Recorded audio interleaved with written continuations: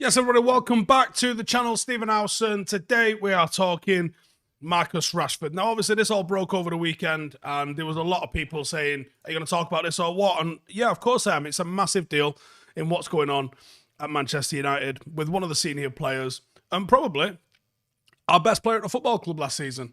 So, of course, I'm going to talk about this, and I think it really needs drilling down into it. Now, I don't have a lot of answers.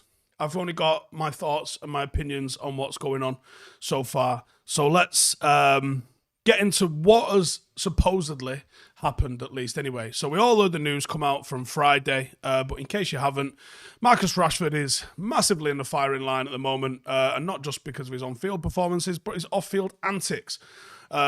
He missed training Friday morning after being pictured in a Belfast club, and it feels like we can't go a week without Manchester United having to make some sort of a statement. At least it's not every day, because there was a point at some point earlier in the season where it was every fucking day that United had a different statement that was being made about some absolute shit show or another. But here we are. And Marcus isn't helping matters either, because you would have thought he was one that we could have relied on, but here we go. So United made a statement on the incident, said Marcus has taken responsibility from his actions. This has been dealt with as an internal disciplinary matter, which is now closed. He is back in training and he'll be available for selection against Wolves on Thursday. Now, the frustration, I think, with a lot of fans over this is it appears like we knew the truth. And there was an attempt, or at least it feels like there was an attempt to pull the wool over our eyes, because United had said something like, oh, he wasn't out Thursday, he was out Wednesday, and he's reported ill for training. Now, I'm guessing, I don't know the facts, but I'm guessing that that's been proven to be a load of old bollocks. And it seems like he was out Thursday, very much like all of the messages and DMs and stuff that at least I was getting. And by the fact that the leaks came out Thursday at midnight rather than Wednesday at midnight, why would people, if they've got some juicy little Marcus Rashford footage, sit on it for 24 hours and pretend like he'd been out when he hadn't? They didn't know that he wasn't going to fly home the day before, and then their lie is a load of it just didn't make sense, did it? So, and then he's ill and misses training. Now, I guess he could have been ill, and I guess that's not necessarily been disproven, but everybody's suspicions are, was he though? And the fact that this was sort of held up when the manager spoke around the Newport game, rather than saying that there isn't an issue, he's ill, what you on about? It's an internal matter, and then the statement that we've seen from Manchester United sort of backs that up, that there was something which required dealing with, and it has been dealt with, and he's supposedly taken responsibility. So how is this different from Jadon Sancho? Right there. He says he's taken responsibility for his actions. So does that mean that he doesn't get banished? Then, yeah, I think it does mean that he doesn't get banished. But it doesn't solve the problem. You know, sometimes these issues, I'd liken them to a tube of toothpaste. Stay with me. If you squirt a tube of toothpaste all over your bathroom and then go say sorry to it, the toothpaste's still all over your bathroom. You still got the problem. You can be sorry for doing it and you can promise never to do it again, but the toothpaste don't go back in a toothpaste tube. And it feels like this at the moment. Things are starting to stack up, aren't they? Jose Mourinho had things to say. Cristiano Ronaldo has had things to say. Ralph Rangnick had a lot of things to say. I didn't feel like Marcus was a trouble causer. I didn't think that that was the case. He always struck me as a player that was hard-working. He might not have been the most consistent, but I thought there was always reasons for that. Show says, not the best analogy, but I'll take it 6 out of 10. I'll take that. It was off the cuff. And we know he played through injuries. That's going to affect performance. We know that he played probably when he should have been resting. That's going to affect performance. When he had a free run at it, injury-free, we got a 30-goal season out of him. Prior to that, a couple of years before, we had a 25-goal season, 26-goal season out of him under Ole Gunnar Solskjaer. I thought the talent was there. I thought a fit Marcus Rashford was a player that was capable of putting in those sorts of numbers on a consistent basis. Now, this season has thrown up question marks. I think it's far too simplistic for people to go, got his new contract, that's what happened. I think that's people projecting, because there's so many times people get new contracts and then kick on and go into another gear and then demand another new contract because they're absolutely flying. People just remember certain instances of players getting a contract and then relaxing. I don't think that's real. I think you can find as much evidence that disproves that as you can that supports that. So it's not a real theory. I don't think that's the case with Marcus, but I don't have the explanation as to why he's been so ineffective this season. And it's not just him. You know, I was just chatting earlier today and chatting to people about who's actually been good for Manchester United this season. I can name you one player. Like, I can legitimately say this one player and no one's going to argue with me. The one player that's been good at Manchester United this season is Kobbie Mainoo. Am I wrong? Or is Kobbie Mainoo the only player? Now, it'd be mental if I said Kobbie Mainoo should be United Player of the Year. I agree that would be mental to say.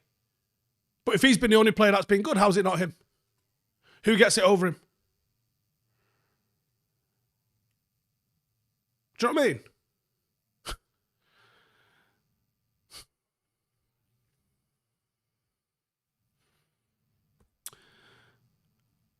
I don't know what the situation is with Marcus, but I'll tell you this. When you're not playing well and the team isn't performing and you're a senior player, there is an expectation that you don't do this. You don't give them a reason. You don't put yourself in the situations to be criticised, do you? You can't defend that. Legitimately. I don't think it's defendable. And okay, he's apologised. So it's not hang the kid out to dry over this. But I expect my senior players to do better. I did the podcast yesterday with Rio and we was talking about when Rio joined, did he accept certain behaviours? And he said his behaviour changed and he was sort of shown the way by the senior players at United. Those senior players would have been Giggs, Scholes, Neville, Roy Keane. There's probably some more I'm not getting in there. Probably Phil Neville as well, Nicky Butt at the time. Those were the senior players. Those were the people who would have been saying, Beckham, this is how you behave at Manchester United.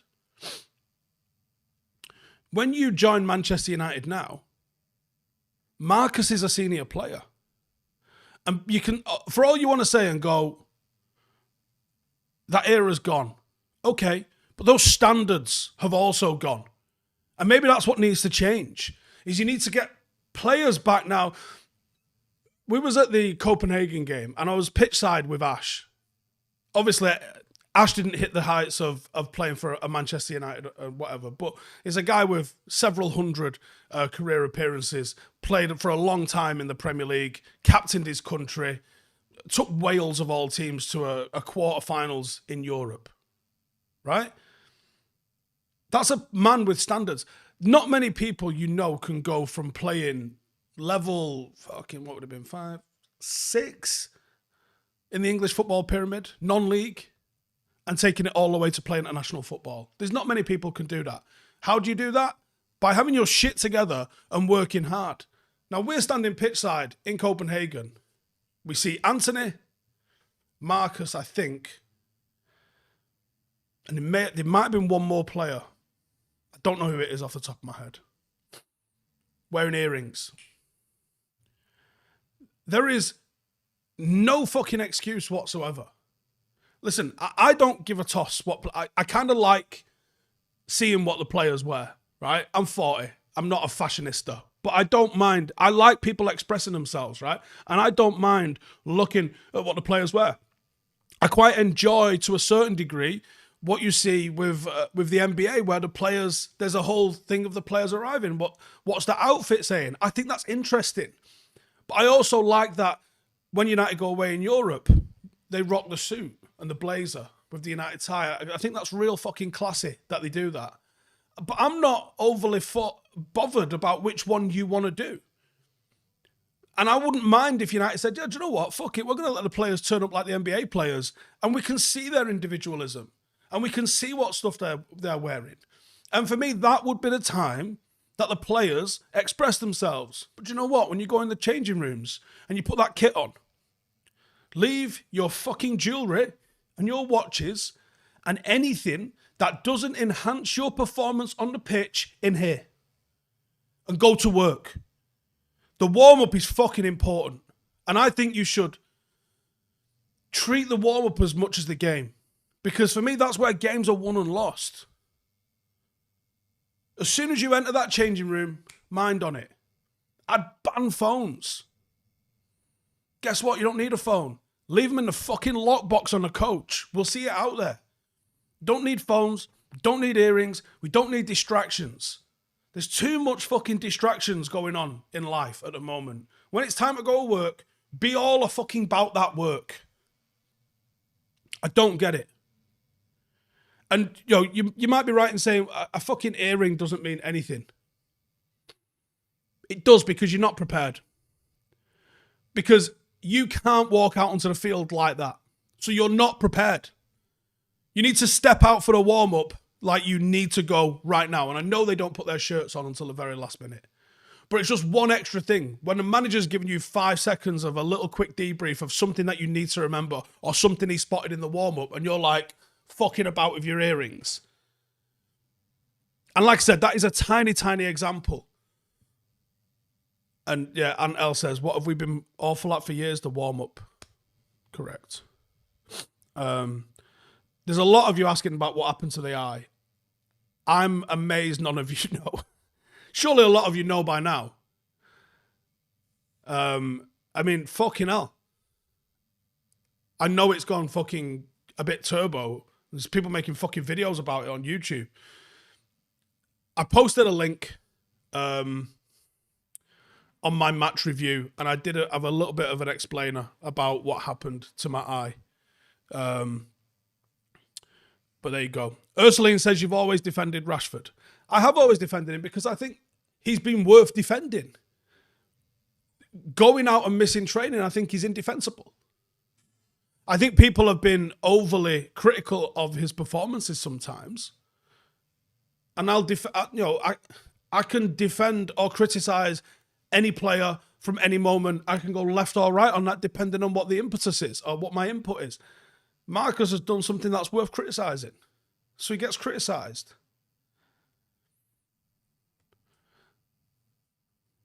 Simple as that. Bluesy says, is it true I'm selling the video of the punch fight? No, I have a Patreon. And maybe some things I don't necessarily want to just broadcast to the world. And I provide content for the people that support the channel. And do you know what? Even if I was, is it not my fucking prerogative to do with whatever I want to do with content I make? I could sell this video if I wanted. Would anyone want to fucking pay for this video? Possibly not. So even if I was doing, how about I do whatever the fuck I want? And if people want to do it, then that's up to them. And if people don't want to do it, that's up to them. You're making it fucking sound like people got headlocked into fucking doing something they didn't want to do. Maniacs.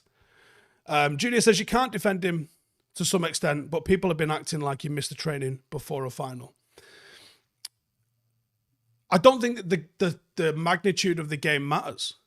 I think the principle is the principle. Do you know what I mean? I don't think it matters. And I've spoken here about Roy Keane. Roy Keane went and got drunk and arrested in the week before the FA Cup final in 1999. So it's not like these things haven't happened in the past. Bluesy says, just asking, somebody posted that on X. What, you mean Twitter's full of bells? Colour me shocked. Phil Berry says, what is Patreon? Is it like OnlyFans? Yeah, I don't know why OnlyFans became about people showing pictures of the clam. But yeah, Patreon is it's another platform. You can message, share content, things get locked onto there, all that sort of shit. And it's just another platform that you can have content on. I've had one for several years. It's been a massive driving factor in me being able to do the content that we do, taking it from my loft into having this studio that we have now. So I'm forever grateful of the support that we've had from the people that we've got on Patreon. And we've got, a lot of people in there at the moment, which I'm very grateful for that sort of support. And if you want to check it out, go check it out. If you don't want to check it out, you don't have to check it out. It's entirely up to you. Dean B says, I've been on Steve's Patreon since pre-COVID. Happy to support. Cheers, brother. Josie says, can I see Rashford being sold in the summer? So, there's several factors at play here. One is, does the manager trust him? And I would expect he probably does. I don't think that trust is the greatest it's ever been with him. He's probably got several frustrations with him because there has been seemingly a couple of missteps from Marcus under Erik ten Hag's reign.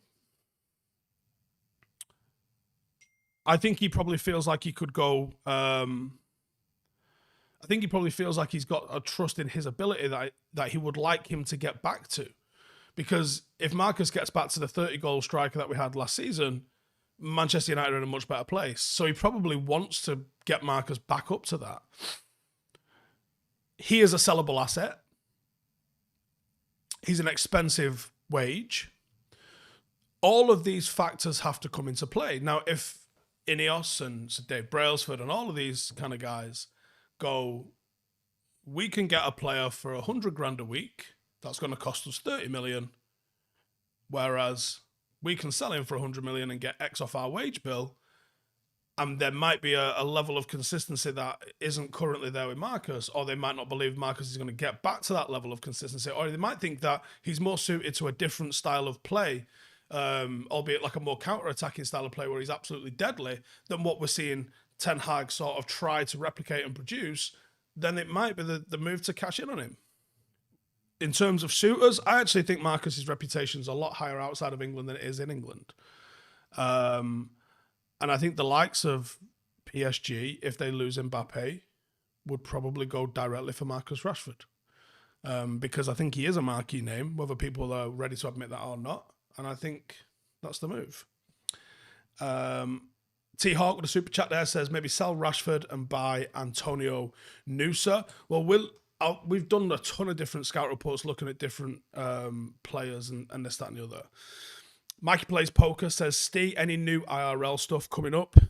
This weekend, I am off to Scotland, where I'll be doing a winter survival course in the Cairngorm Mountains, and I'm hoping that this weekend I will manage to shoot, well, obviously get them all edited in time, but I'm hoping to shoot 3 IRL videos this weekend. We've got one for a bit of an office tour, which is not quite finished. There's a handful of videos in the works at the moment. There's my top 5 hikes is nearly done. I think that one's probably just needs the outro shooting and then we're done.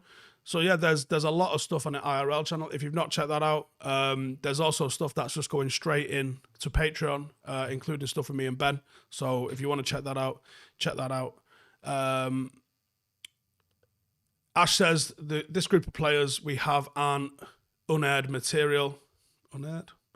The cheek of their shit performances, their actions off the pitch is an insult to each and every sport of the club. Yeah, I largely agree with that. Michael says, Maciel says, I'm disappointed in Marcus, but I still support him while he's at our club. Scored a lot of goals for us. Ratchet says, Steve, I'm a balloon. I'm a fucking balloon as well, mate. And there's a lot of balloons in here. Akbar says, don't want Ratchet to go, but he's not helping this season. Needs to show he still cares for United. How much is Rashford's market value? Genuinely, I think he'd be £100 million player. And you can all disagree with that, and I'm sure there'd be plenty of people like, oh, he's not worth fucking 10. But I think he's worth 100 million. Jard says, am I doing a video on the Cairngorm winter climbing course? I fancy doing it myself. Yes, so the 3 videos I've got...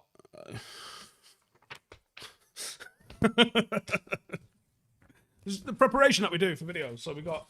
This is what we're doing here. These are the videos that we're looking at here. So... Those videos are, I'll give you the titles. What's in my winter bag is number 1. So I have a dedicated hiking bag. It is a red Berghaus bag. I don't know if you noticed about me, but everything I own is fucking black or camouflage. So for my winter climbing stuff, I've got a lot of stuff that is red because up against snow, you know, there's a very serious fucking health situation that can go west, especially when you're dealing with mountains and snow. So I've got a lot of red stuff. I've got a red jacket, I've got a red bag. I have a red bivy bag, which is a very, very small one-man tent. Basically, it's just a sleeping bag with a zip round the top and a tiny little loop over the front of your face to keep the material off you. But I've got what's in my winter bag. Then I've got Can I Survive in -18 as a working title. I don't know what the temperature is going to be, but we'll change the temperature to whatever it is. And then the other video is going to be how to dress for winter. And then I've got a fourth video, which I haven't shot yet, which is about map reading, which is a bit nerdy, but some of you might like it. That might just go on Patreon as a Patreon only. Junior says, Garnacho isn't effective enough in a final third 1v1 to be one of our starting wingers. I can tend to agree on that. Dave Gardner says, and for blending in, use the grey kit. Colin says, players have to take more responsibility. Many players start well for us, but then slack off. Johnny Evans has been good. Yeah, do you know what? Johnny Evans has been good. I'll give him that. What a madness if Johnny Evans in with a shout of our player of the year this year. I mean, I think he's probably not going to play too much following this, but it's one of those. Ollie says, it's frustrating how the club hasn't managed to control any sort of control before it went public. Our PR and press department is terrible and it affects the team. Shermity says, nobody paying 100 mil for Rashford, max 40. There's not a chance Marcus goes for 40 mil, mate. There's really not. Dean says, all Garnacho needs to do is stop being greedy and turn it into a supplier. Totally agree. Ryan says, do I think our pre-seasons are going to get addressed by Ineos, i.e. the amount of games overcoaching on the training ground needs tailoring badly? I'd absolutely love it if we went, do you know where our pre-season's going to be this year? Fucking Carrington. And we'll play 5 games at Old Trafford. How fucking good would that be? Like, I've spoken about this a few times. Do you know what Juventus do? They have a training camp. So when you first go back, those first couple of weeks, where you just train here, and there's probably a little bit of testing and a little bit of this, that, and the other. That's what Juventus do, but they do it with accommodation on site, so the players don't go home, so they get fucking immersed in it, and I like that. I'd be about it with that. Do I think the players from the Fergie generation would have had a less sparkling reputation if social media had been around at that time? Oh, unfucking doubtedly. Amos says, Rashford 100 mil, only in United can pay that amount for Rashford. Do you remember what fucking Barcelona paid for Dembele? Shut up, you fucking witch. Gavin says, Ten Hag has shown Rash enough respect so far. He needs to be repaid or just get rid. They can do pre-season in Barbados, so I can go and watch Steve get a vacation here in Barbados. They'll go to places where they can put the big ticket prices in. I was actually fucking sickened at the prices of some of the tickets that were that they were going for in America. It was hundreds of dollars for pre-seasons. It was absolutely fucking mental. Thoughts about Rashford on the right and Garnacho Anthony on the left. I'm surprised he hasn't tried Anthony on the left because I thought he went for it. Know what I mean? United Joshy says, I wonder how much we can get for Greenwood. I hope that if they've made the decision that they're going to sell him, I hope that Greenwood just puts in a fucking absolute all-time performance to the end of this season, and then you get racks for him when it's time for him to go in the summer. Knight says, Al Khelaifi, I've been on record saying he really wants Rashford at PSG and would easily pay 100 million. Would I give Ten Hag another season? Absolutely.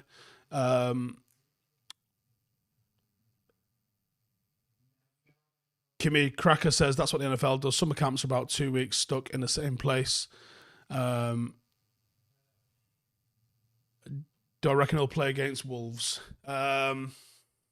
Yeah, I think he probably will do. Yeah. Anyways, thanks everyone for tuning in, as always. If you're interested in all this sort of stuff, then go and check out that IRL channel. I think there's a link in the description below. There should be. If not, we'll remedy that. If you're interested in finding out more about what Patreon is, there's hundreds of posts on there historically. We've started ramping up over recent weeks. Great timing at the weekend with what happened here, which has brought a shit ton of people into it. But we have got a dedicated Patreon producer. So there's one person that's just looking after that and treating it as a channel so that it'll be getting fed with a hell of a lot of content, loads of behind the scenes. I'm doing vlogs. Like literally yesterday, I was wiring up a fucking light. And you might be like, that's pretty boring. It is, but I was kind of doing a bit of a vlog about it because I fucked it up. And I've got to take something to get professional help. So if you're into that sort of shit, you want a little bit of extra content, it's different to the football, all that sort of shit. See you in the next one. Laters. I pressed the wrong button. I'm really going now, though. Hey, thank you for watching the video. If you are new around these parts, then don't forget to subscribe. My channel is proudly supported by my community on Patreon. If you'd like to get a little bit of extra content, a Discord group, meetups, five-a-side games, weekly podcasts, behind the scenes, and even an occasional bit of transfer news as and when I get it, then for the price of a pint, you can show your appreciation for the content that we make and get some goodies for doing so as well. Check the link in the description or click the button right here. You'll also find all of my socials here too if you want to follow me on any of those platforms.